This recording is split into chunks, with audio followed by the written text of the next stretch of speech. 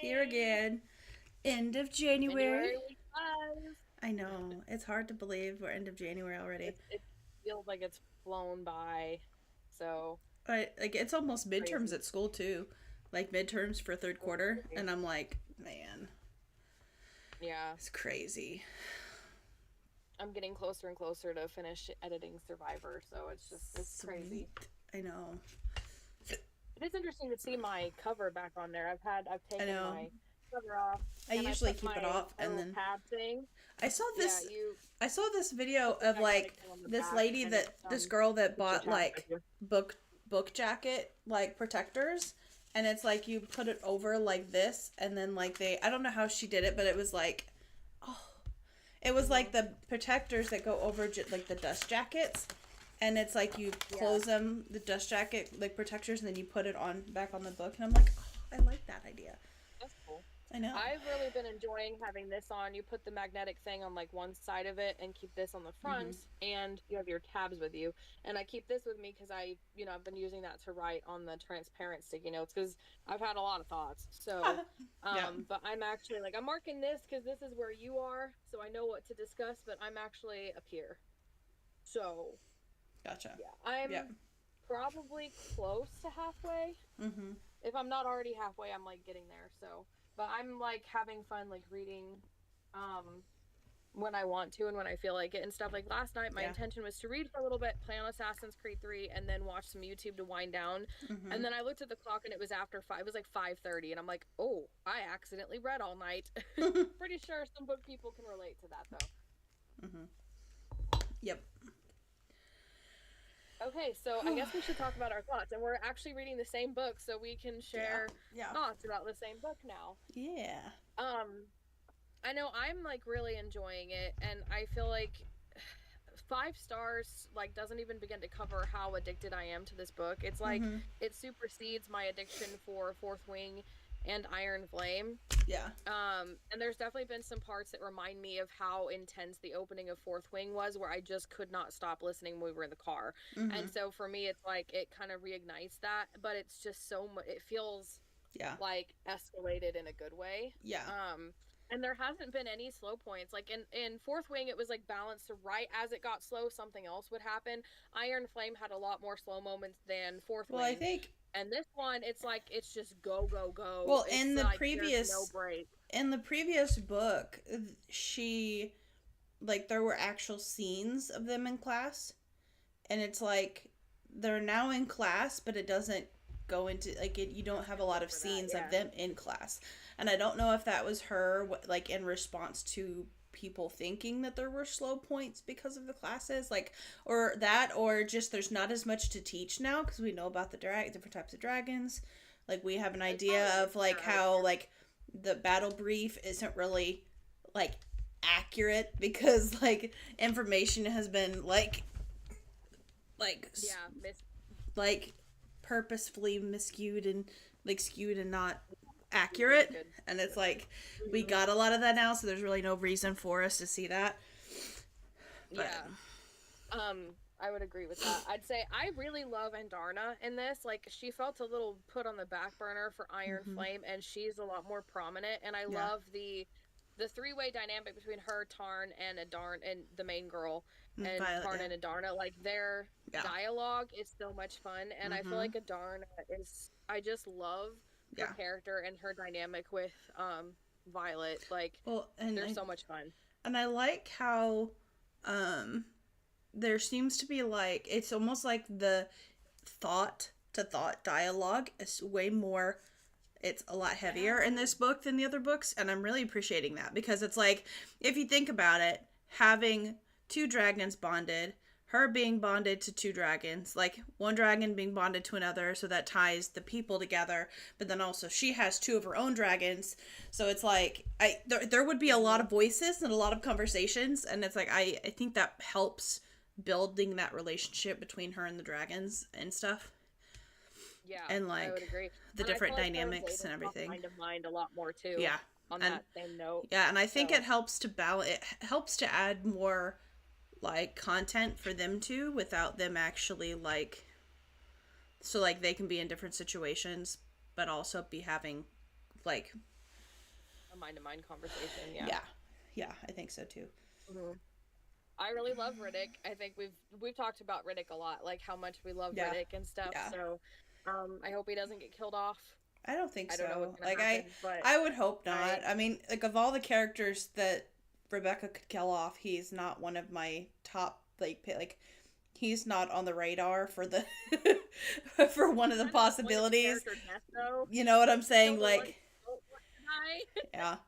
But it's like, But yeah, and I I get it. think it was one of those things I don't know. I can't see her killing him off, but you never Yeah, know. he has a lot of like fun joke, like light-hearted moments with everybody, like even when things are He makes it not really serious, but like he you breaks know, his character breaks up the tension. And it's like that's like definitely like it would be a very tense, very heavy book if it wasn't for like comments that Riddick has made throughout this entire thing. Like there are several key points where I've put laughing sticky notes just purely because of the things that Riddick spouts off in the middle of these most serious conversations. Or like in these big same. meetings and he spouts off some kind of nonsense and I'm like, okay. Makes sense. So it's like Yeah. I appreciate that. Like, and I think having a good balance in a book is being able to have those characters that are just that add the humor without making it a comedy, if that makes sense. Like, and I definitely appreciate that. It's like you have to play it for me. You have to place it well because I do like the tense moments, and I don't Yeah. like when it's ruined by dumb humor. But I feel like it's really well balanced. I guess is the right word to look for. Yeah. I really like Sawyer, and I really feel bad for his character. Oh, I do too. So I'm interested. His arc is really fascinating to me. Yeah, I think so too. I also like what they've done with Jack. So as well. Mm-hmm. Spoiler alerts for Onyx Storm if you haven't read chapter 14. Spoiler! Okay, I'm gonna randomly shout spoiler as we're talking for the people that pop in randomly. Okay, all right, continue talking. Spoiler alert. Okay. Spoiler. So I really found the scene where she interviews Jack. You read that part, right? That's before the first. I was like, I don't before like when they walk out and the two are just standing out in the hallway. Like the rest of the crew is standing out in the hallway. She's like, you can't go anywhere without being together. I think I loved that. That was like the funniest thing is like they're having this secret meeting and then they leave and then they're just standing there at the end of the hallway. Like, we done yet? Gathering at any point. It's just like, okay, we just follow everybody. Spoiler. But, like, I really loved the interview with Jack, and I thought it was creative that they erased his memory at the end of it. And I thought that was a neat way of doing that. Yeah, all the information, like it was just, and like the description of like how he was dying and like how he's weak because he can't. It's a little concerning to me that Venom, if they don't channel, can die, because I'm wondering if that's going to come back into play. Probably not in this book, but in a later book. I think for Xaden at some point too. Spoiler: I think the reason why Rebecca has been having Xaden slip is to keep to make sure there's no plot holes in him not like dying, if that makes sense. Because like there was like the headboard instance, there was him out on like fighting, and where's Sigil like broke the silence. Spoiler. Like we're saying spoiler. And so like that whole thing where she finally breaks the silence, I think that like having him like break control a little bit throughout the book shows progression, but it also like fixes the possibility of plot holes with him not getting to like Jack's point, if that makes sense. Yeah, that does make sense, and I never thought about that, but that's a really good point and stuff. Yeah. So I really and it also adds tension into their relationship too, and it adds that like that. It's like a spoiler. It's like a slow burn with the turn to the dark side. You know what I'm saying? Like a good dark side turn, to put it in Star Wars terms. I mean, I feel like has to be done slowly because you can't really do it really fast. Like whether you have like a Zuko character from Avatar: The Last Airbender that he's bad and he turns good, it takes several seasons of like working at the character, or like Anakin where he goes from good to bad. Slowly turning bad, Yeah, you kind of have to have that progression and like moments where like the control just like slips, and I really like Anakin that. with the sand people moments where like he's not just a cute little boy. He, Yeah, you for know, he sure. just like he just his mother just died, and then he kills an entire almost population almost of people of race like of Yeah, species in retaliation to his mom being kidnapped and dying. Like you see that yeah. progression of like that slowly Mhm. trickling to the dark, and Yeah. yeah, I could see that. And I would say, spoilers, I would say for me, I'm genuinely surprised by how prominent that is Spoilers. to the plot, because I figured, yeah, spoilers. I figured, like, for me, I was worried that it would kind of take like, oh, it's a plot, it's just not the Yeah. main one. Yeah. But there's a huge emphasis and focus on the Zayden Venin Uh-huh. situation, Yeah. and it's like balanced out with the spoiler finding Adarna's people. Spoiler. Spoiler. Basically like spoil, like it's like when you're on a walkie-talkie and you're like da da da, you speak what you say, and then Over. like over. Over. Over. Spoiler. Yeah, so another spoiler, the freaking council pisses me off so Mm-hmm. much. They are getting my blood pressure up so high. I swear, I'm like, I gotta take a break because I'm gonna lose my mind. Like, I Well, it's like I people cannot like it's understand how just, they deal with them. and it's like and it's one of those things when I read a book, like when I read a book and there are characters that get me that way, because General Yeah. Atos, spoiler Atos, Spoiler. um, spoiler, he is one of those people that I would throw him off a bridge and not feel bad about it at Yeah. all. Like, and I'm not a big. I was kind of irritated at Dane, like, and again, um, like, and like, I kind of fell into that whole let's hate Dane trope for a bit, but then it's like the more I hear her explain and justify the fact that he's just a kid that trusted his dad, and it's like, but he really trusted his dad, even when it's like more, it's like that's your best friend, like, and you're gonna go into a torture chamber with your best friend and try to read her thoughts and not do anything as they're continuing to torture her to the point she's almost died. Yeah, Mhm. yeah, I don't know. You can trust your dad, but I wouldn't trust your dad that much. If that makes sense, what I'm like, if my dad Yeah. was telling me to torture my best friend, no, no, thank you.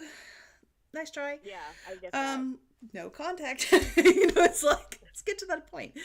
So it's like I get that to an extent, and I have empathy for Dane way more in this book than I did. Slowly getting there.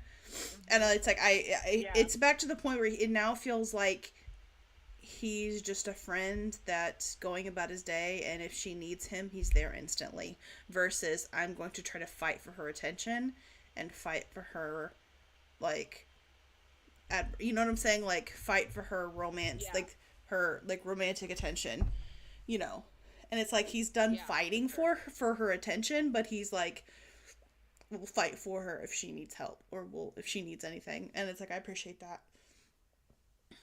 Yeah, I get that. I know for me, I felt like he has made a lot of steps. Like the fact that he like, I don't remember if he like left with them or whatever happened because I Mm-hmm. I don't have a good memory. But like I feel like leaving with them and siding with them and fighting alongside them and like all the support so far for me has gone a long way to like getting me to like trust Dane and Yeah. like feel for him and stuff. Especially in this book, like you said, this book you feel a lot more sympathetic toward his And it's character not based like on like he's the in a arc and lot of stuff. So scenes either, but it's just like the scenes that she's written him in do a really good job of making you empathize with him, or be like, oh, I yeah, appreciate that. Like I love the fact that like when she calls for him, when she yells out hmm, his name, his head instantly turns to her like, what do you need? Like I yeah, liked he's just that. there. He's just Yeah, there for sure. instantly. Yeah, And so I appreciate that a lot. for sure. So, yeah, I'm honestly just really enjoying it. So, Hmm. I know one of the talking points that I had was, okay, hold on. Okay, so I posted on Threads and then I like took a screenshot and posted that on Instagram to like start a discussion because my one critique about this book is mostly just like a minor critique about the whole series. And it's like, is literally all Violet and Xaden want to do is get spicy. Do they not have hobbies or an emotional connection or another thing that they love about each other? I swear every time they have a moment other than talking about the plot line, all they want to do is get spicy or talk about getting spicy or joke about getting spicy, and I'm getting so frustrated with it.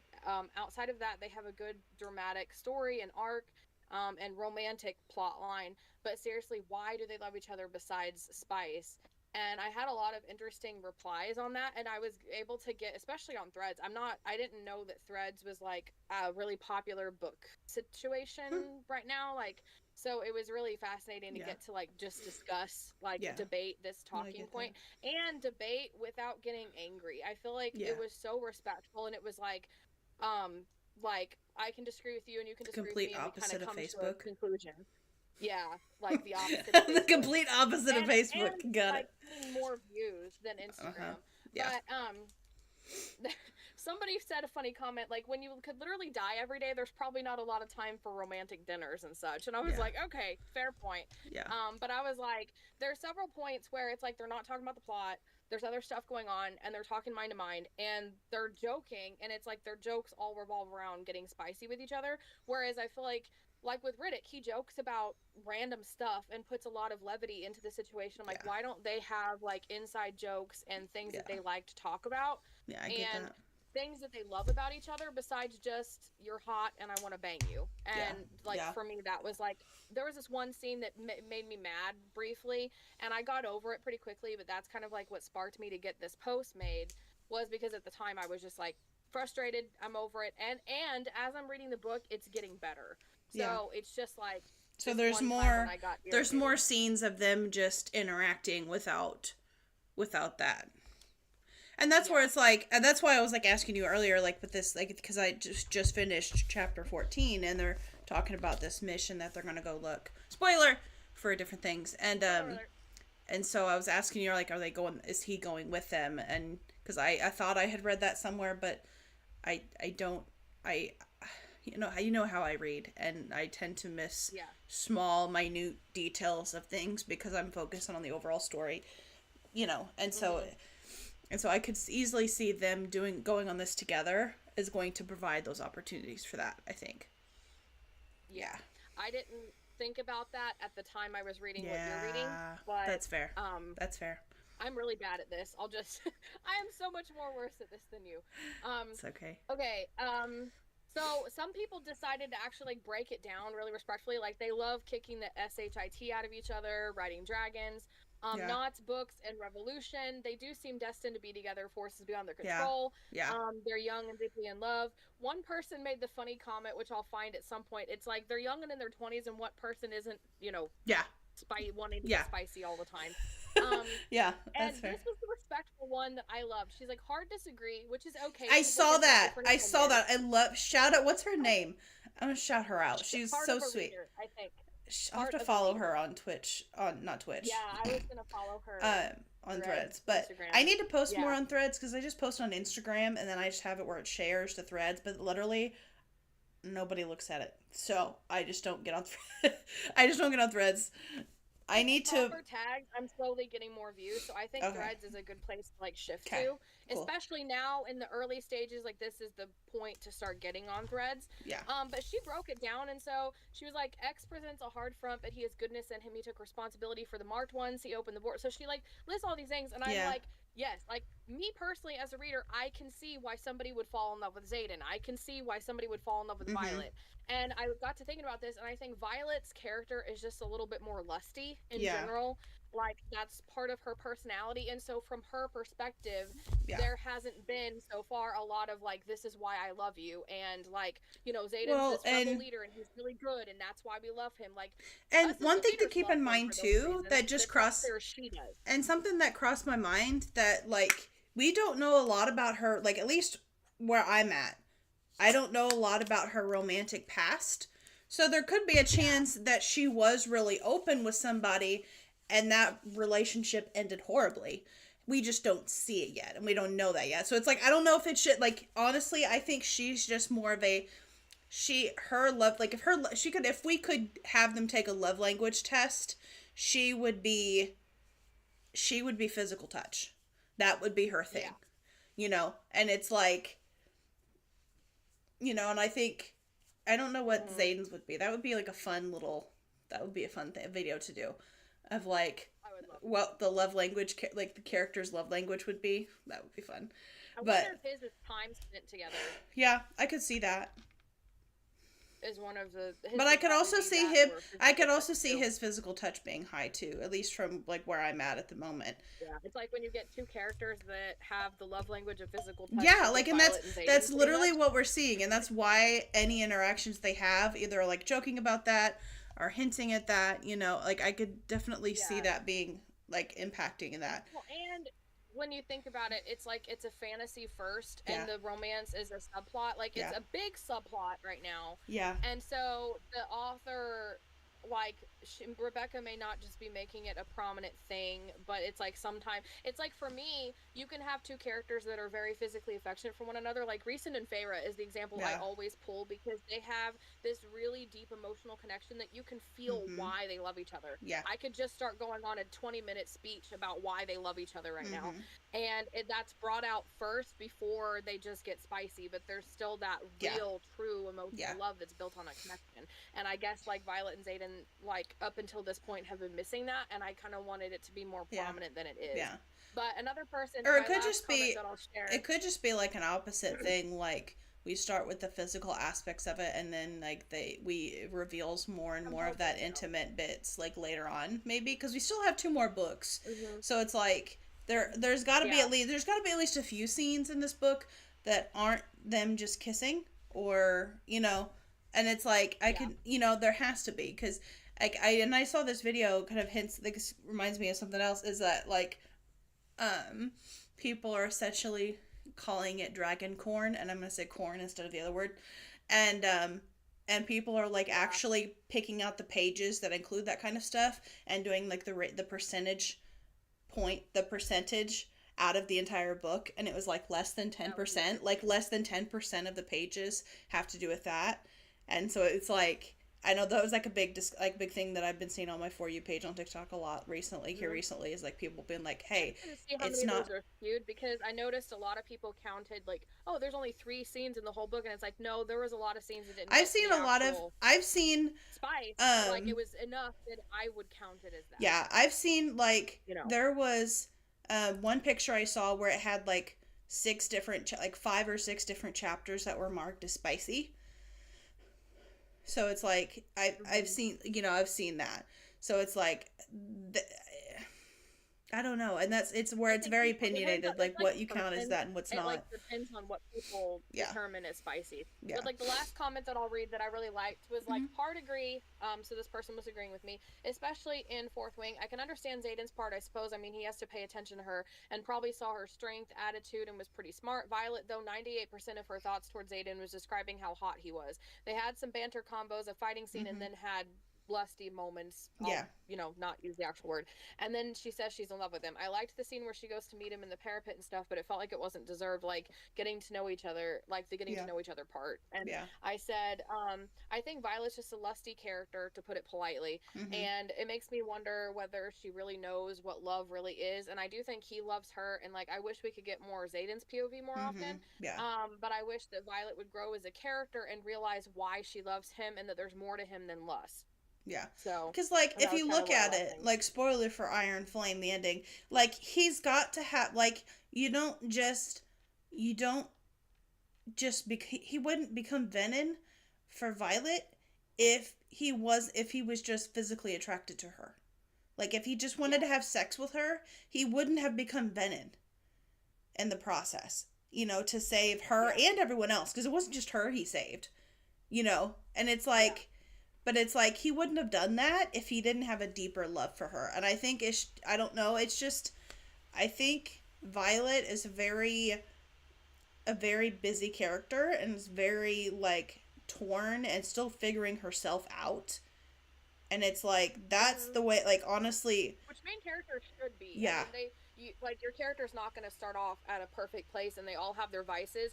And I would count Violet's physical condition as a positive thing just because of how much it pushes her. Yeah. So for her, that's literally the one thing I don't like about her character, and it's like one vice, but your character is supposed to have flaws. Yeah. And so I'm not necessarily complaining. It's just not a flaw that I particularly am fond of. You know, it's like, you have anger issues, and Dane trusts his father too much. Yeah.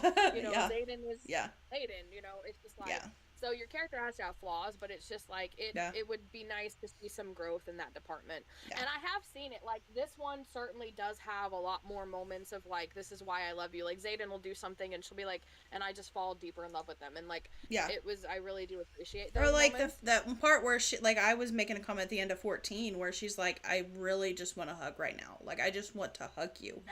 And it's like, that is so relatable. Like, it's like I understand from, like, a family perspective, and I'm sure you understand from more like a romantic, because I'm not in a romantic relationship, but you get the idea. Like, I don't understand it from like a romantic sense, but it's like, I can imagine, like, if I think about it from a world perspective, like, and maybe this is kind of where Rebecca was kind of, I don't know, thoughts on this.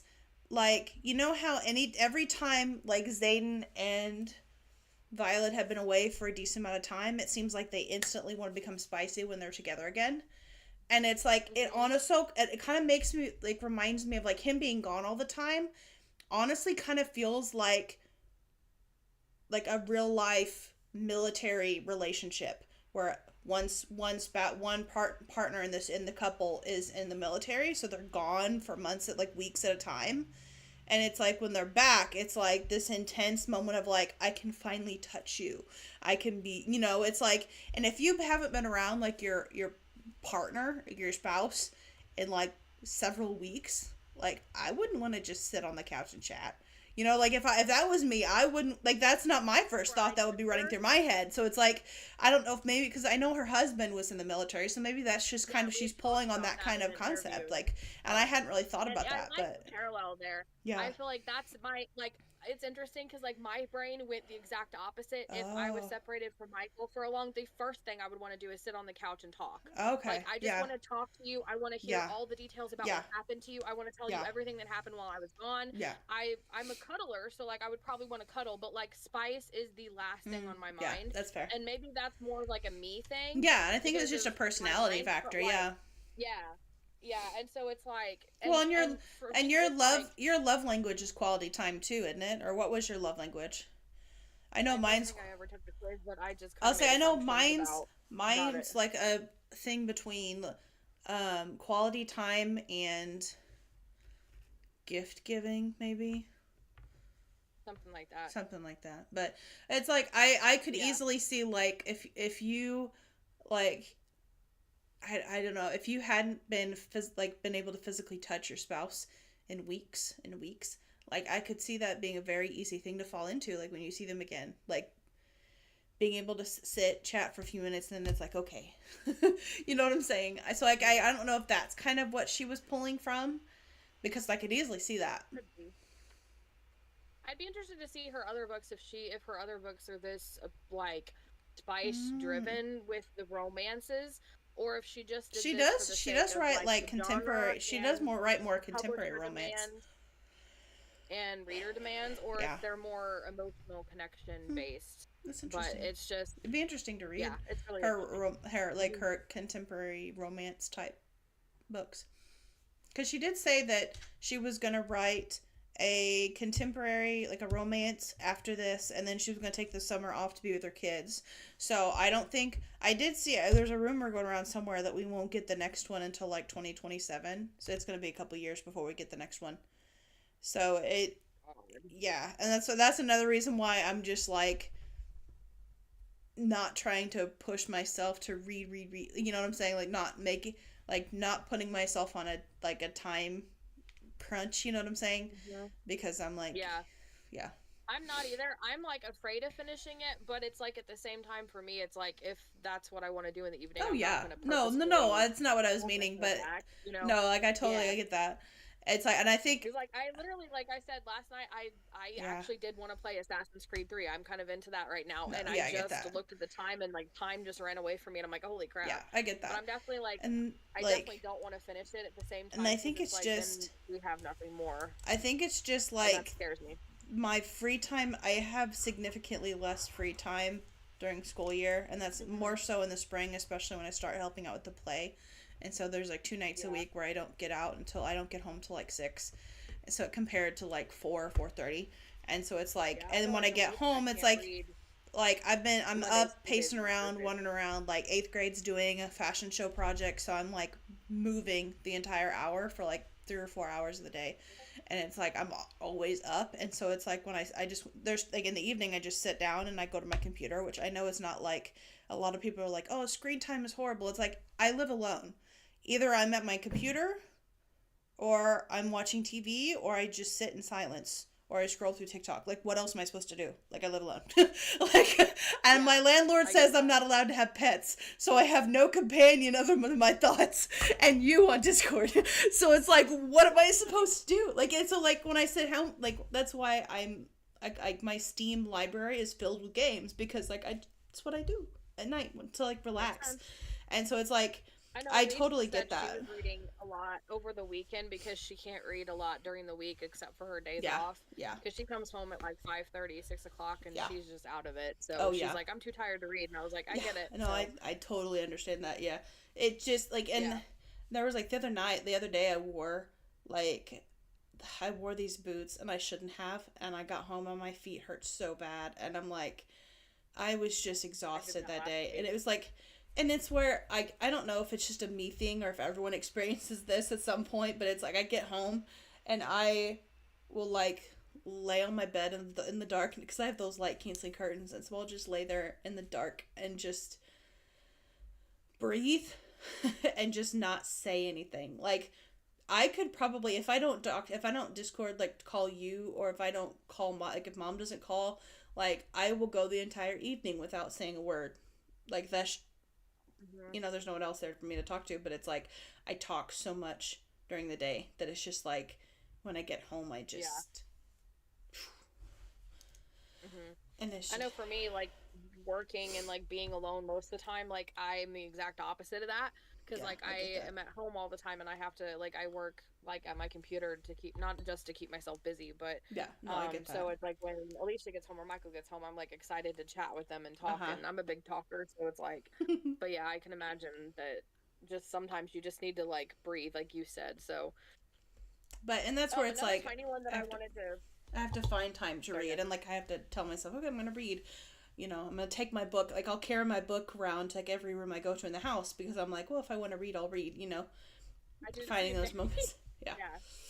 All right. Yeah. Sorry. What were So you saying? another small one I just wanted to bring up real quick though. Mm-hmm. I was watching an Instagram reel by the Steven guy I like to watch, Mm-hmm. and he was making like a joke about like how there's so many names and it's so confusing. And I was actually reading the comments Mm-hmm. and how a lot of people are like, Rebecca is pushing my brain and like I can't handle it, and there's so many people and there's so many places and I'm so confused, and like a lot of, and it's nothing bad against readers. I was just like, I didn't know that a lot of people were overwhelmed by Onyx Storm, and I wanted to bring up this talking point about the concept of like romantasy or fantasy just in general these days not really being as epic in scope Yeah. as or complicated as like Lord of the Rings, Mm-hmm. which when in like Lord of the Rings it's pretty normal, and like Mm-hmm. readers just not really like being able to follow that kind of big scope Yeah. with all the complicated Lord of the Yeah. Rings names, and like you made up a Yeah. language, and it's interesting to me, and it's like that's the kind of fantasy that I prefer to write, and that's kind of where I'm comfortable like Mm-hmm. living in like when I'm working on my own books, Yeah. and it seems like that's not quite the kind of thing people vibe with these days, and I wanted to kind of get your Yeah. thoughts on all that, Like especially since you like Lord of the Rings. like Lord of the Rings is definitely one of those things. Like I prefer to read it while like, at least like the first chunk of chapters, like when it's introducing a lot of the places and names, I will definitely listen to the audiobook, because I if I cannot pronounce the names, my brain will stumble, and I can't I it will completely like disengage my like comprehension. of what's going on. Like, if I can't sound it out in my head enough to get a name placed in my head, then it will completely disconnect me from what's going on in the story. So it's like, I totally get that. And it's like, but I think it's like, part of a fantasy is having lots of plot line, lots of stories, lots of names, and understanding, like, you know, there's like a lot going on, you know.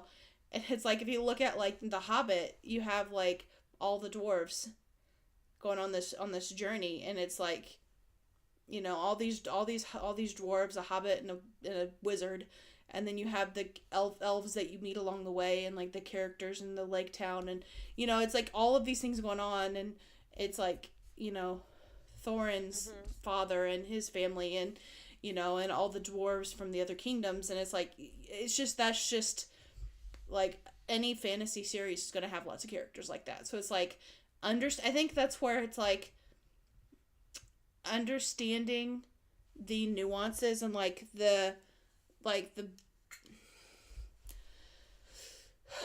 I don't know, like, it's, I don't want to say like the rules, but, like, the unspoken, like rules, like, yeah, like the expectation, genre expectations that come with that.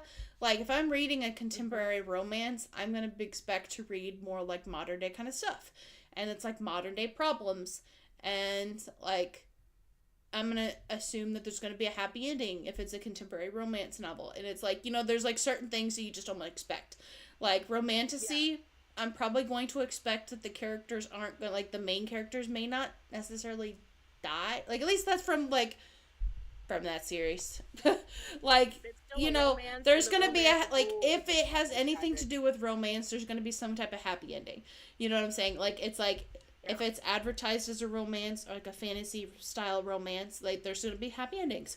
Like, if it's advertised as an epic fantasy type story, then expect multiple POVs, expect lots of characters, expect to be introduced to new characters in the middle of the series, because that's going to happen, you know.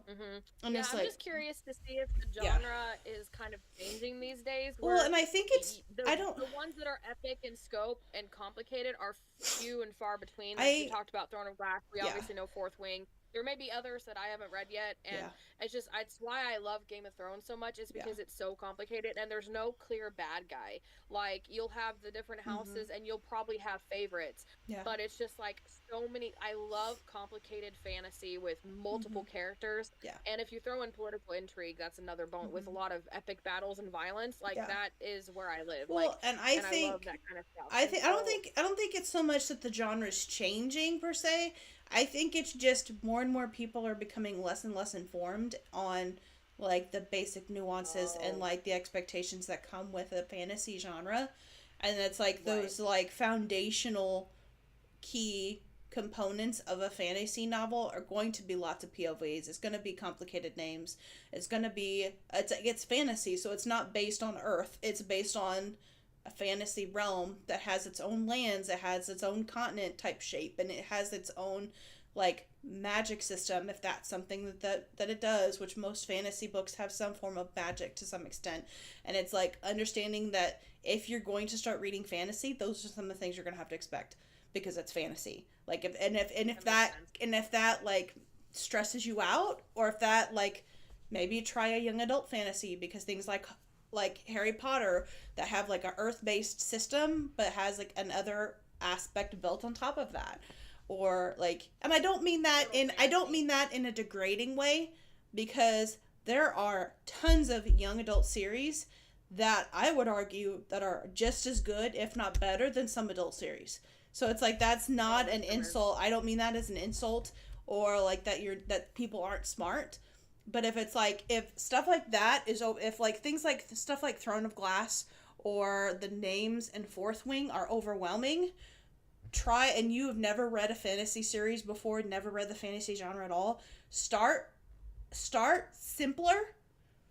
Start with some of those, like, series like Harry Potter or Divergent, or, like, you know, like, I don't know if Divergent would count as fantasy though, but, like, start with some of those series that are more well known, that aren't as complex, and then build from there. Like, dip your toes in and then build from that into something like that. Yep. Yep, that's really sound advice. Yeah. So, I know you said you had a couple things. Okay, I'm not gonna actually play the videos. Okay, so there was a one thing, a lot of like that. Just a fair warning. There are people that on eBay that are selling the Target edition of Onyx Storm for hundreds, if not thousands of dollars. Like there's $1,000 copy, $190. $60, 171, 180, 175, 204, 212, $450, $180, like 215, 250, $100, 175. Like it is insane. Part of the reason why those books sold out so quickly is because you have people buying like 2 or 3 copies and then selling it on eBay for hundreds of dollars. Makes me I'm like, how is this legal? Like, how is that? And I understand this is their own copy, so they can do what they want with it. Like, I get that, but it's like, how is that legal? Like, how is that possible? Like, I don't understand. Well, even if it's legal, I still would think that they would put restrictions on it. It's like on release day, with knowing that they had limited copies and that some people like me stood in line and didn't get one. Yeah. You know, not that it was a big deal because I got a book. Like I'm glad with the one I got, but it's just like. Okay. Another thing. I don't like it. Another one of the things that I'm seeing on TikTok a lot. There was an author named Rena Kent.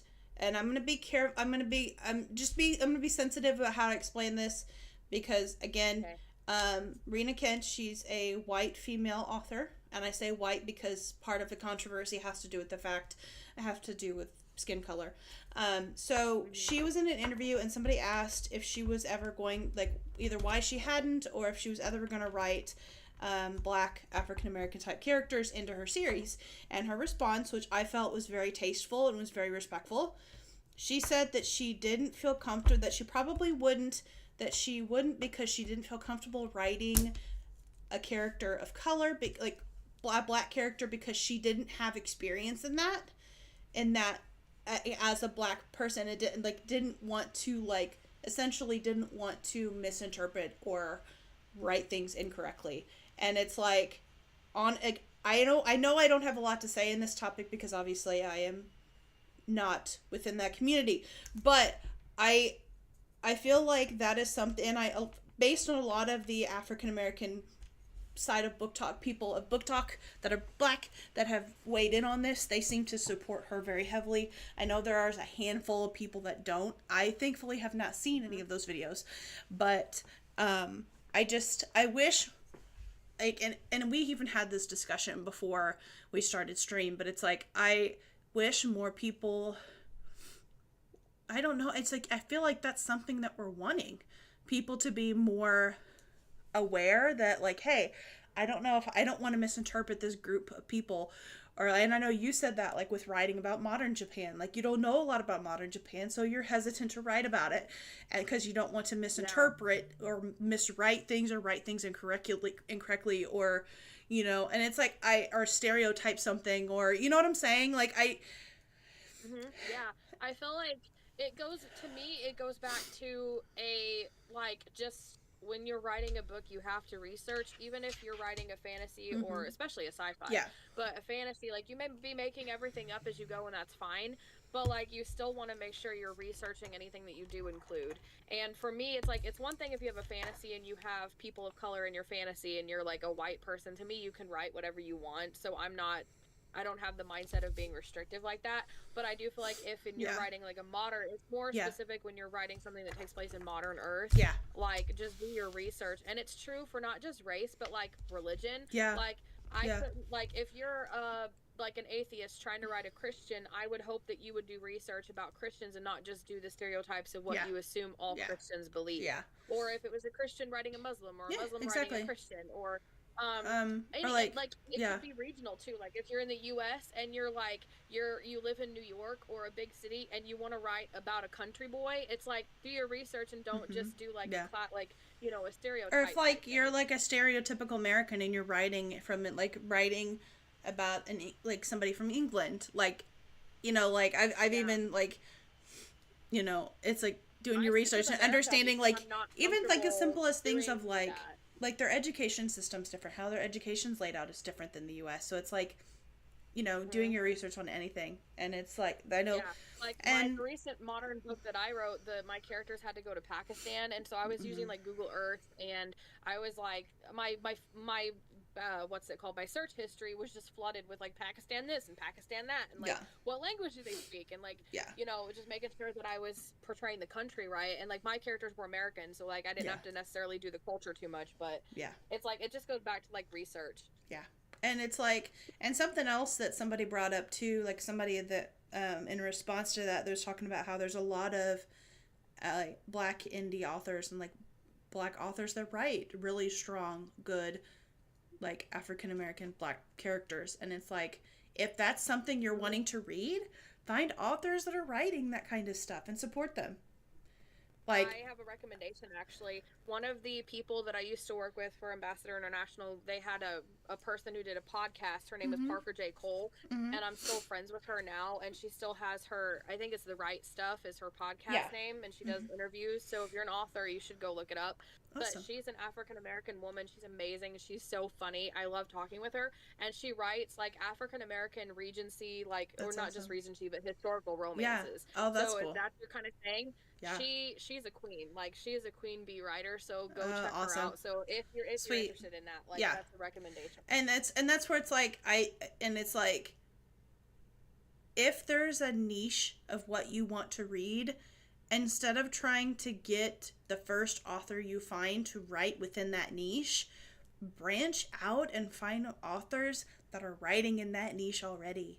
Like, don't Yeah. try to bully authors into writing something that they're not comfortable with writing. And like, I felt like her response was so respectful and was so tasteful. It wasn't like she didn't say it like, it wasn't like oh, I don't like, I just don't want, like, it's like, I don't feel comfortable writing in that because I don't have experience in that. You know what I'm saying? And it's like, I totally, Mhm. I respect that. Like, We all have that. Like yeah, I feel like yeah, every author has a few yeah, things that they're not comfortable writing yeah. because they haven't And experienced it. somebody else, You so know. another thought that another kind of like video that I saw in passing brought out the fact that all it would take is her misinterpreting something, or thinking that a stereotype, like feeding, like representing something wrong or saying something that's not actually true, and it could cause her a lot of issues, like cancel wise, like to the point like where she could get in some serious trouble. And it's like, I would hope that people of like different communities like would want people to represent them accurately, represent their community accurately. And it's like, Hmm. I don't know, Yeah, I I thought it was agree. I interesting. would say on the other side of things too, I would say that I I lost my words in English for a minute.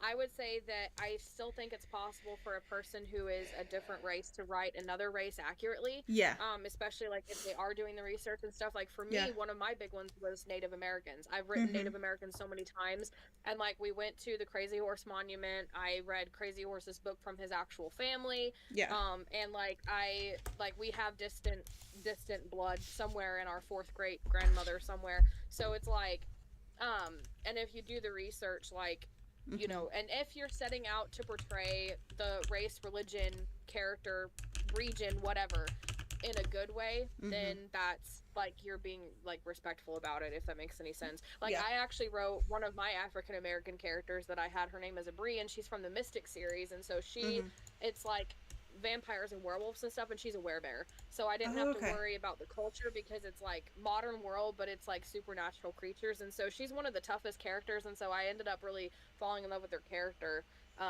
So yeah, especially since on the one hand you have like where people these days are calling for like more representation, and I feel like that's part of why Fourth Wing resonates with a bigger mm-hmm, audience, because she is people have talked about how she's very represent, like her characters are really diverse and all that stuff. That's not something that I find important, but other people do. And so I feel like seeing people, authors like this woman that you mentioned in the interview, wanting to be careful what she writes and to respect the cultures by not portraying them wrong is a positive thing, especially in this day and age where diversity is important to a lot of people, if that makes sense. Yeah. So something else, this one video I saw mentioned that this year is the 20th anniversary of Twilight release, and because it came out in 2005, if I remember correctly. And so somebody said that at the 5-year anniversary of Twilight, Stephanie Meyer, is it Stephanie Meyer or Stephanie Meyer? I always say it wrong. I always thought it was Stephanie. But Stephanie Meyer. Okay, Stephanie, whatever. Stephanie. But at the 5-year anniversary, she released The Short Second Life of Bree Tanner, that novella. At 10 years, she released, what's it called? I want to get the name. Life and Death. So it was like the gender swap of Twilight. Or she swapped all the genders. So Belle was Beau. Edward was Eleanor, I think, maybe. I haven't actually read that one. Like, honestly, that's one of the things I'm like, I kind of want to read it, but I've never have. But they said that they're hoping that maybe she might release something for that she may release something for the 20th anniversary. And they also said on her website, on her updates page, she's added a quote to the top of it, and I'm going to read what the quote says, but people can't figure out what book it's from. It has like a little picture of a moon next to it, and it says, I'm going to be wherever you are. Wherever you are, you'll get used to it. I'm going to be wherever you are. You'll get used to it. You'll get used to it. And so, interesting. Like, some people were saying it kind of has a Jacoby vibe, and so they're wondering if we may not get something with Jacob and Renesmee. Like the fan fiction we wrote along. Oh my god, I forgot about that. Oh my god. It's still on Wattpad, isn't it? Yeah. If you dig deep enough, you will find it. Now I want to go diving. Oh, remember the Smallville one we wrote? Cal? Oh my gosh. I still haven't forgiven myself for like losing that notebook. Oh, that was such a good story too. Oh, that was. Like Kai or like I know we did like Cal. Oh my gosh. Cal. Yeah. I was like something. Yeah, because it was like a play on Clark, but it was like Kal-El, like a play on Kal-El. Yeah. Oh, such a good. Epic. Oh my god, memories, man. But yeah, it's like, and on her updates page, that was like, it says, I'm going to be wherever you are, you'll get used to it. And it has a little moon next to it, but people can't figure out what it's from. And they were also talking about how she has, that there was an unpublished sequel to Twilight called Forever Dawn that she gifted to her sister, that essentially, there's like a whole picture, video about that. And it kind of went over the basic plot line, that the events of like New Moon and Eclipse didn't occur, and so Jacob and Bella weren't as close. The wolves weren't like fully written out, so it was like they were more like there, but they weren't really kind of like written out like full-fledged, like I forget how the wording of that, but I thought that was interesting. And they said there were like deleted scenes like that she cut out. Like there was an outtake from Twilight where Emmett tells Bella his backstory, and they actually have like screenshots of it. And I haven't quite figured out where on her website to find those at, and I'm still trying to find them. But apparently there's like outtakes from the different books of like chapters that she took out. And so I'm like, oh, okay. So there's a lot of different possibilities she could do. So yeah, it'll be interesting. Yeah. When is it? Do we know what day? Oh, hold on. Okay. Twilight. I didn't mean to put you on the spot. I should know this. Anniversary date. October 17th of, no.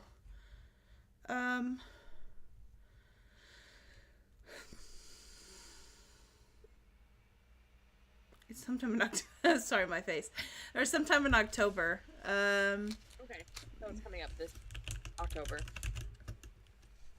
I just needed a vague. I was just curious about a vague. It just tells me 2005, which is annoying because I want more than that. September 21st, 27th. September 27th, 2005. Okay. Okay, cool. So, okay, well, my next point was Rebecca Yarros was on Good Morning America 3 days ago, and I watched the interview, and I found some interesting points that I wanted to discuss. This is really interesting for me to give you the tea. Okay, so the hardest part of Onyx Storm was writing the ending, she said, and making sure that all loose ends are tied up, leading into book 4, and, quote, I did something a little different. That's her direct quote. She said that she fought really hard for it, and she said fought really hard for the ending, and she's like, yeah. And then Rebecca said, anytime you have discussions with your editors on what things should look like and how things should go, and as a writer you want to listen to other people's advice, I'm never the only expert in my field, so it was a discussion, but I won. I got the ending. And then she said, you can blame me. She said, it's all me. And so I found that really interesting because I've been both traditionally published and indie published. And on the traditionally published side, like I was with a small press, so I can imagine the big publishers are even more strict. And so there's a lot of things where, yeah, like you will have to like argue for certain things that go in your book because of the publishers, and they come at it from like a marketing standpoint, and it's not always like what you, the person, want for the story, especially with somebody famous like her writing on a deadline where it's like, we need book 3 out by this time. And so the fact that she fought for the ending and she got the ending that she wants, whether I'm going to love it or hate it doesn't matter to me. I value the fact that she got the ending that she wanted. And I'm really interested to see what that's going to be. But that was the first point that I wanted to talk about in that one. There's more, but I like that. And it's like, honestly, that like the thought crosses my mind. It's like, I feel like writing what people tell you to write, that would take the joy out of it. Like, and I'm so glad that she was able to, like, that she wanted something bad enough that she fought for it. Because it's her series. Yeah, she's published. Yeah, so the publishing company kind of owns essentially the rights to it. Like, I get that. But it's her story. Like, I don't ever look at Lord of the Rings and think, oh, this is the publisher's work. No, it's J.R. Tolkien. Like, it's Tolkien's work. It's his. So it's like, anytime I look at a book or a series, I'm like, that's Stephenie Meyer. That's Twilight. That's her story. That's Rebecca Yarros' story. Like, that's her books. You know, that's Sarah J. Maas's story. Yeah, the publisher owns it, but it's not their story. It's hers. Like, she could, like, you know, and it's like, I appreciate that. I like that. And it makes me think I could easily see the publisher wanting it to end on a happy note. But for the sake of the story, she wanted... Yeah. Yeah. And I know that was a big thing with your series when you were published, is they full on made you, they're like, the reason why, I don't know, like the hidden lore that is you, like authors went away, like the hidden lore, the reason why there's like the short story endings is because the publishing company that you were with made you go back and tie up the plot, the cliffhangers. They like literally made you go back and add in books to tie up the cliffhangers. And it's like, I don't think people realize that like the, you know, and I've seen people say, oh, it's like a money grab and whatever. I have them. Yeah. And stuff, but it's like, I don't know what to market them with. And so it's like the best thing I always just tell people is that it's like the end scenes after the end credit scenes in Marvel movies is like what those books are. Yeah. But it's like, for me, it hits close to home because obviously working with a publisher and like knowing that I got the rights back for the reasons that I did, and like wanting control back is like, and before I got with them, I actually submitted to another publisher that was going to work with me on one of the Valiant books, because I submitted a bunch of them at once, basically. Yeah. And it was Shifter that got picked up by Ambassador International, and then they picked up Hunter because of that, and that's how Hunter became book 1. But before that, I had submitted another book I had in the Valiant series called Paladin, and they didn't like the magic system that I had in that book, and so they made me rewrite the book with a different magic system because they were like hardcore traditional Christian that doesn't like magic. Like, oh, magic is bad, you have to change it. And so I rewrote the book and changed the magic system because I was like desperate to please. Do you still have the original one? I don't remember. Probably. I have a lot of copies of the Valiant series because they're so old. I went from one disk drive to another, so I'm sure if I did some super sleuthing, I could find it. But it was like where it was like more faith in God causing their magic to happen instead of like the magic system that I originally had in the story. So, but now I'm self-published, so I don't have to worry about that kind of crap. Yeah. Not that I have a problem. Like, if you're a Christian and you have a problem with magic, that's fine. Like, we get convicted about different things. Yeah. But it's like the control issue. I'm a control freak anyway, so it's like the control thing hits differently for me. Yeah. She also said she hates love triangles, and I did see a different interview with that. Yeah. And because one person asked about like a love triangle with the whole Dane, Xaden, and Violet thing, and she made the comment in a different interview. It may have been the same one, but essentially that she's never read a love triangle that worked, that she liked, and she's never read a love triangle that wasn't obvious about the choice that the character was going to choose. Yeah. So and she's not a fan of love triangles. The interviewer was asking a question from online, and the person was asking if there was going to be another person added. Yeah. Another love interest added or something to that effect. Yeah. But she said she also writes at least one Xaden POV per book. Because they were asking if we're going to get more Xaden POVs. And she's like, I try to write at least one Xaden POV per book, but never say never. Or I never say never or something like that. And so I was like, well, at least because I noticed she did that at the end of Fourth Wing and Iron Flame, so it'd be interesting to get the Xaden POV at the end of Onyx Storm. So I'm looking forward to that. I also saw an interview where she said that she wasn't opposed to the idea of writing a prequel novel. Please. I know. She said she wasn't sure. She said she wasn't really sure what it would be on or like that kind of thing, but she wasn't opposed to the idea. She wouldn't shut the idea down. She wouldn't say no, is what she said. So I'm like, oh, okay. You gotta wait for inspiration, basically. Yeah. That's what that answer seems like to me. So she said she loves cliffhangers and says it's always a point she starts with. Like, she starts with the cliffhanger, and everything in her books drives toward the cliffhanger. And especially the writer, I find that interesting because we have different, like, for me, it's usually random. Like, the characters will just run away with me, and I'm like, all right, that's how we're doing things. But she seems like she plots things, like, she has the ending, and she builds up to that. And so everything, and I imagine all, like, the foreshadowing, all the Easter eggs, all that stuff will eventually get to the cliffhanger. Yeah, that's what I'm hoping. And I'm glad she fought for the ending. So she said she's going to take a break to make sure her mind and her body are healed before she starts the next book. Good for her. She's been on deadlines for 2 years and needs a break, but the other books are plotted out, just not started yet. She said she gave a synopsis to the people working on the TV show, and it was when they were editing one of the other books. I can't remember if she said it was when they were editing Iron Flame or when they were editing Fourth Wing. It was one of the two, and she said it was really surreal. So she basically gave, because the TV show people are going to need the whole synopsis for the TV show, and so she gave it to them so that the other books are plotted, but she hasn't started them yet. And so she just needs to make sure her mind and body are healed before she starts. And I imagine after working on a deadline for 2 years, like, I would need a break too. So I get and that. I also saw that she said that she was very, like, the way, I can't remember her exact wording, but she was very involved with the TV show and with things. And so it's like with Barry, she was very picky about her characters, very particular about things. All of our favorite quotes are in there. Like, I saw a full-on interview that it gives me hope that it's not just going to be a political statement, and it's going to be the actual story, and I'm so excited for it. And she also she did reasons, and it wasn't just a political statement. Like, she had that a little bit. And I love the fact that she's come out and said, like, confirmed, like, Xaden's not white. Like, and she made the point of saying that, like, and she's mentioned in the books too of, like, the color of his skin. So it's like there's no debate, because I know with the new Harry Potter reboots, there's a whole debate about who's going to play Snape, because what's his name? The original Snape actor was white, and there's rumors that the new Snape, I think is African American, and so there was that whole debate of that, and, like, it doesn't actually specifically say, it just says that he was lanky and hair was greasy and that kind of thing.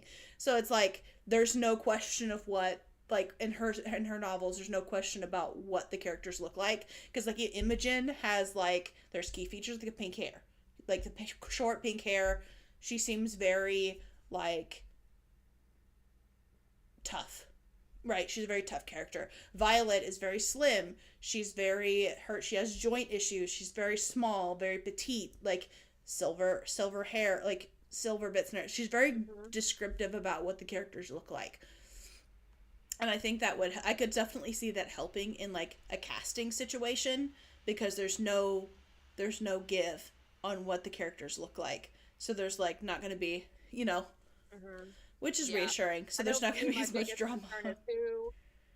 My biggest concern is like who they're gonna cast for the characters, like Xaden especially, because if Xaden doesn't look like how I imagine him, then it's gonna ruin the series for me. And I imagine him with tan skin, and I've seen a lot of videos about people saying that he should be an African American actor, but she describes his skin as tawny colored, and that's like a more tannish, and so a lot of people were like, I see him as like Indian that's what I was just thinking, like Asian that are darker skinned, like dark Asians. There's a or like a native, like a Spanish. Like my thinking was like almost like a Native American type feel. I could see that too. You know me, I'd love that. Let's go. Yeah. But yeah, it's like I just want him to be physically attractive, and if he's not, it's gonna he ruin needs it for to me. have Maybe I'm shallow. He needs to have Xaden's like personality, his physique, his what make like. If he doesn't talk and walk and act like Xaden and doesn't have the Xaden feel, if he has all of those things, then we're good, Like, and I think if they respect that descriptor of like the tawny skin, and if they take the tawny skin descriptor, which it sounds like she was very involved with everything, so it sounds like she's very involved, which makes me happy, because I feel like she's going to push for like the vision that she had in mind, and it's like I've seen a lot of people, the girl that played Renesmee, I've seen a lot of like rumors of like, oh, she would be like the fan's choice of like, my gosh, she would be such Violet. I could see her as Violet. I could. I really could. Yeah, 100%. So, another point. Okay, so that was the last of the interview. So I'm going to talk about a video game for just a second, but stay with me, audience, because it's going to rope back into books. So Assassin's Creed Shadows, for those of you guys who don't know, is like historical. The game Assassin's Creed has always been like historical kind of games, and this one's finally featured in Japan. There's been a lot of controversy over it. If you're really curious, you can deep dive into my channel. I've got a lot about it. But there's more controversy where I guess they're like testing the video game, and the testers say that it's the worst video game they've ever played. And I was talking with my husband, and he brought up some interesting points that I wanted to bring up that link back to books. So Michael, my husband, was talking about how like video games aren't really good anymore, and they don't make them like they used to. And I brought up the point that we have experienced the same thing with like movies in Hollywood just aren't good anymore. But here was my add-on to that. I said, the books with like that are famous with like mainstream and even indie authors, like there's like books in general are like booming, and you've got things like BookTok and Bookstagram that are helping to make books and reading more popular. And I feel like movies, video games, and TV shows, but like video games and movies are kind of flopping a lot right now. And books are becoming more popular, and so it's interesting to see if there's going to be like a flip where like you see more people reading than they used to. Well, and it brings up the fact of like falling into that same trap. You keep getting a lot of book hits, you know what I'm saying? Like that aren't flops, so to speak. Well, and you have like games like Hogwarts Legacy that's based on a book series. That's based in the universe of like book series universe, and it's like you have things like that. But it's like I don't want us to fall back into like the video game, like a movie that's based on a book that's made into a video game that is essentially you play through the book but in a video game. I don't want any more of those. Let's leave those in the early 2000s. Like the Star Wars ones were great. I loved them. Like the Lego Star Wars, peak entertainment right there. But it's like I want original games. I want something that looks good, feels good, like give me like there's like so many like amazing series that like video game series that you just are completely video game. It's like Elder Scrolls is like that. Like there's no it didn't start as a book, it didn't start as a movie. It literally somebody sat down and decided, hey, this is This, oh my gosh, she's so cute. But like, you know, and it's like, yeah. And then you have things like Assassin's Creed was like that. It didn't start as a book. It's literally somebody sit down and be like, hey, let's make this. Let's do this. You know, there's so many video games that are like that. And it's like they're all older. And it's like now we're getting to this age where it's like, let's add games to these series. Let's add games to these series, but it's like they're changing the narrative. They're changing how they work it. They're changing the the foundations of how that works. And it's like, yeah, it doesn't feel the same. You know what I'm saying? And it's just yeah, no, I totally get it. I just got husky fur everywhere. But yeah, and I feel like it's just like you said, it's just like they're not it's not original as good as they used to be, and they're not original content, and it's all remakes and stuff. Yeah. And I feel like some of the ones that do have franchises, they're just milking them for money. Like, oh, let's make an Assassin's Creed game, but not actually make it Assassin's Creed. Let's do Star Wars. Or the fact that for money, because let's make something and just label it with this thing that fans are gonna buy just because of the name, and not actually make it good content. And I feel like books have not ran into that problem because you have authors that are genuinely passionate about the books that they write, and that's why. And especially with like Audible, more people are able to read books because of Audible that normally wouldn't actually be able to sit down and read a book. And that's another thing too that like is helping reading become like a bigger thing. Or the fact like that things like that like the Elder Scrolls 6 official teaser announcement was made in 2018. I don't think people realize just how long ago that was. Like that was like 2018. Was that like 8 years ago? 7, 8 years ago? It's like literally, and it still hasn't come out yet, and they're still milking Skyrim. Like there's like there is the regular Skyrim, there's Skyrim Special Edition, there's the Skyrim Anniversary Edition, there's the Skyrim VR Edition, there's the Skyrim Switch Edition. Quit making Skyrim and make Elder Scrolls 6.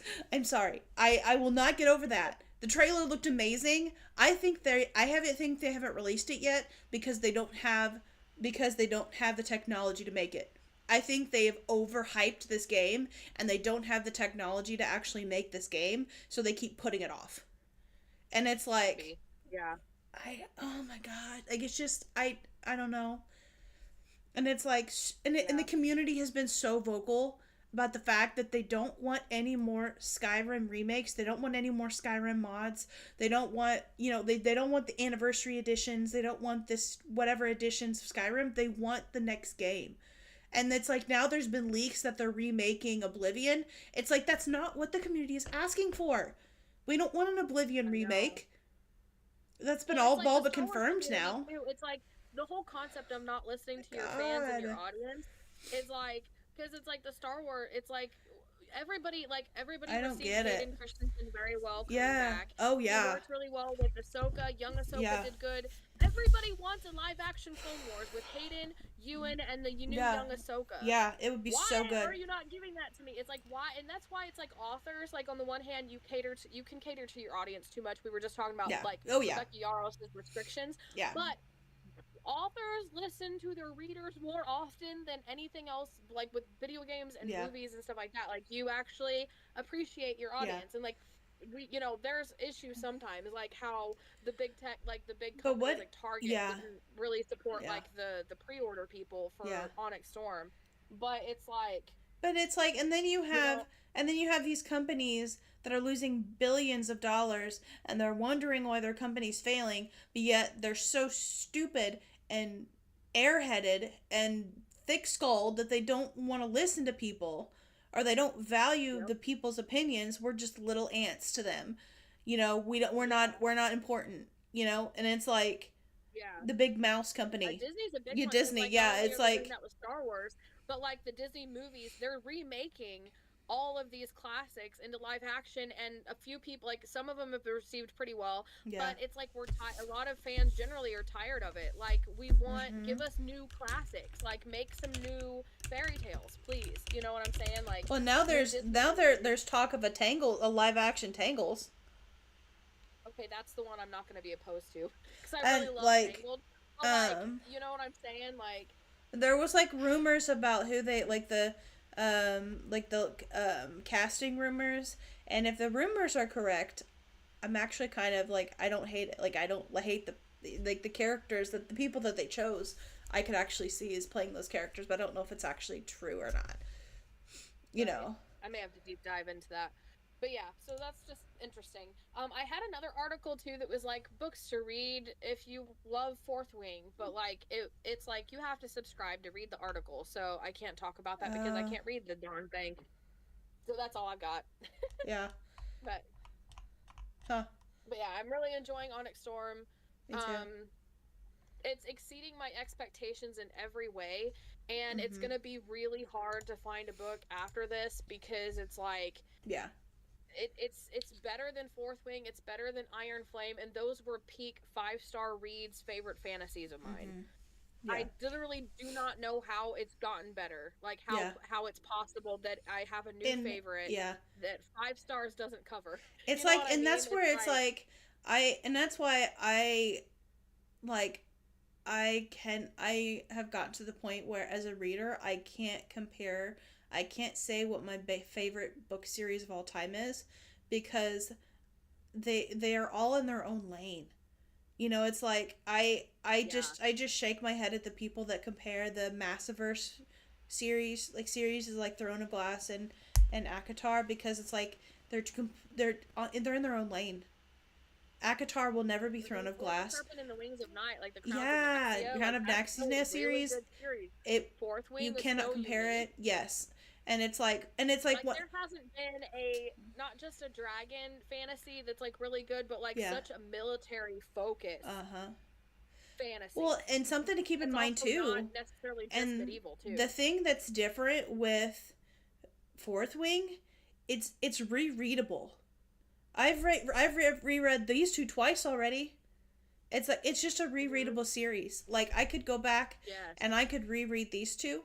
Like, and I feel like ACOTAR could be, I feel like these series could be rereadable, but it's like, I just ACOTAR for sure for me like is. And it's like, any series, I would say that a good series, you know, it's good when a reader finds it rereadable. I know there are people that have reread Harry Potter hundreds of times, or Hobbit, like Lord of the Rings, hundreds of times. Like, there's like the Mortal Instruments series like 6 times like, a piece. Like for me, it was like Twilight when I was younger, like in middle school, high school. Like, it's like any good series. Now, can you compare? Is Twilight on the level of ACOTAR or this? No, but they're different genres. Twilight is written to starts as like middle age to high school, like young adult, high school and young adult. It's written to that. Yes. You know, and that's when we love it. Like Mortal Instruments was more high school. Sorry, I look weird with my glasses, but they are really just. No, you're good. I can't see. No, you're good. It's like, and like Mortal Instruments was more like teenage, like high school age. Yeah. And like I love them. I probably still wouldn't reread them today, but like at the time I loved them. Like Hunger Games and Divergent, middle school, high school, like you know, and it's just And then this is kind of like what we've grown into, and it's like you said, it's not comparable. It's like, but it's like and that's where it's like, my husky is going nuts. But yeah, like we're past the hour mark, so that's probably his internal timer being like, okay, we're done now. But yeah, so it's like, and I can see it. Like, honestly, I would say that, like, in terms of rereadability and like my desire to reread them, like, I feel like I could reread Fourth Wing again and still be learning more stuff and still picking up Easter eggs and things, and like hints at new things and new theories. Like, it's like, that's just, I don't know. And I feel like that's a good tip for any authors that are listening, that like, if you want readers to love your book, another tip is make it rereadable. Like, readers will love it, especially if they can come back to it again and again and just explore this world again and again and learn more. So But yeah, let us know in the comments how you guys are doing with your January TBRs. For a minute, I was like, is it still January? I was like, yeah, okay, it is. I was like, I don't know what day it is. But yeah, like, oh, goodness. What are you guys reading? What are you enjoying? Let us know in the comments, because we'd love to know. My husky is, once again, he is really wanting attention. It's the third time he's come over here. Yeah. Bubba. Okay. So. Alrighty. Probably sometime towards the end of the week, we'll probably be making our February TBR list for the month. So yeah, our January wrap up and leading into February. Yep. So, because I think is it Friday? No, Friday's the 31st because we have a rewards day, a reteaching and rewards day at school. So Saturday is the 1st. Mm-hmm. So we'll be kind of be Friday, Saturday. We're doing like a wrap up type thing at some point. I know I got a nail appointment on Friday night because I couldn't get a hold of my regular guy, and they are way grown out. So readers, viewers aren't allowed to dwell on my nails for long periods of time because yes, they are grown out, and yes, I know. That's funny. But yeah, so lots of things happening this week. Meanwhile, my stubs. I can't type with long fingernails, so it's a thing. Yeah, I've gotten so used to it now that I feel like if I were to go without them, it would be weird. Probably, like when you're used to something and like you change things up, it gets weird. Like yeah. Like even like with like even on my MacBook, I'm using to type on that, and like it, I feel like if I were to go without my nails, it would feel weird at this point because I've it's like almost 2 years now since I've started getting them, mainly to keep myself from chewing on my fingers. So, but like that's the main way. I chew on the sides of my fingers and I pick at them. It's grown out enough that I'm starting to pick at it again. That's another reason. Anyway, I'm rambling. We are at the car. We're doing this. We're leaving. We're walking out the porch and we're sitting in the car chatting again. All right. Let us know how your reading is going.